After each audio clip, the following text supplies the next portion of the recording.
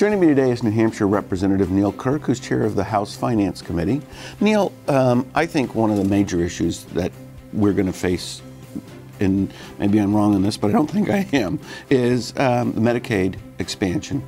It's set to expire at the end of next year, I believe. Calendar 2016.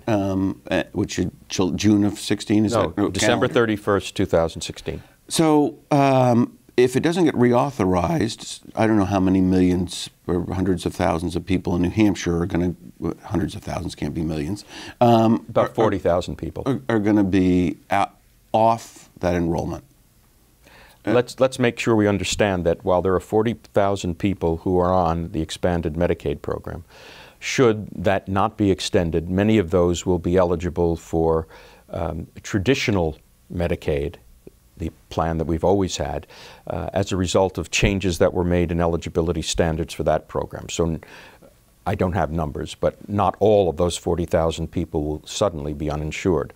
Many of them will be able to go to the marketplace and get insurance on their own because of the options and costs involved. Others will be able to go to traditional Medicaid. Exactly how many, in fact, will remain uninsured or become uninsured, I don't know. But it will not be the full 40,000. But it will be a big fight. There's no question there will be... fights. There's a difference of opinion from what I'm hearing, and it's going to be a debate. Correct. And the reason why Republicans wanted to delay this decision rather than the governor, who wished to include it in the budget, is that we want to see how well it's working and whether it's working. And we won't have that data certainly until this coming January, and which would be in time for the legislative session. We'll have some sense about how well it's been working. We'll have pretty near a year's worth of data, certainly 6 months worth of data. I think the Senate probably is philosophically inclined to expand it because basically it's a Senate program. And by expand it, you mean keep it? Continue it. Continue it, right. Okay. Not to eliminate the sunset. Okay, eliminate the sunset. I want to make sure. Yeah. The program is not to expand expanded Medicaid. The program, the proposal is to continue keeping expanded Medicaid. And the expansion basically was the Obamacare saying that you no longer needed to have some sort of an illness to qualify for this poverty program. All you had to do was to be poor. And able-bodied and poor. And one of the key issues is, if I'm correct, is that in a year or so, or when it sunsets, the state has to contribute funds. Right now, it's 100% from the federal government. As it sunsets, the state would contribute a couple of percent. I don't know what the number is offhand. Right now, for the first 3 years through the end of 2016, the federal government, as you say, is paying 100%.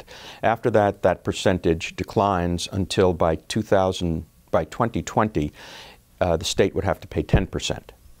For the second 6 months of our second year of the biennium, in other words, from January 1st, 2017 to June 30th, there is no money in the budget has been passed, as we discussed. There is no money in the budget. And there is no money in the budget for the roughly $12 million cost. And if that is extended, money would have to be put in the budget. We have to pay the $12 million. That's our share under current law. Now, there are some folks in the Republicans who have said, well, we're not going to expand, we don't want to continue Medicaid expansion unless the federal government pays 100%. That, of course, will break the federal deficit or increase the federal deficit by whatever amount there is, and would set a precedent that other states would follow and would convert a federal 90-10 program into a federal 100% program. I think there are real problems in achieving that, but that certainly is one position that some Republicans have said. We will support continuing this program as long as no state dollars are involved. I think there's a large group of Republican representatives, and I can't tell you what the proportion is, who are philosophically opposed to a government health program for able-bodied people.